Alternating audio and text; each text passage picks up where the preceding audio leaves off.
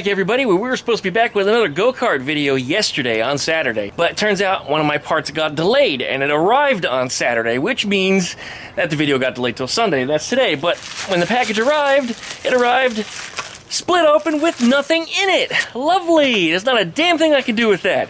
So once again, every time I order something, it gets screwed up. I just can't believe the odds of things screwing up on me. Unless I get something from HIPAA, every single time it arrives late, it gets put in a weird place out front, the package is damaged, the wrong parts are in the box. I mean, the list just goes on and on and on. And I'm just exhausted, guys. Really, I am. This is the 301 engine that I'm going to be showing you guys next week because hopefully the part will arrive this week.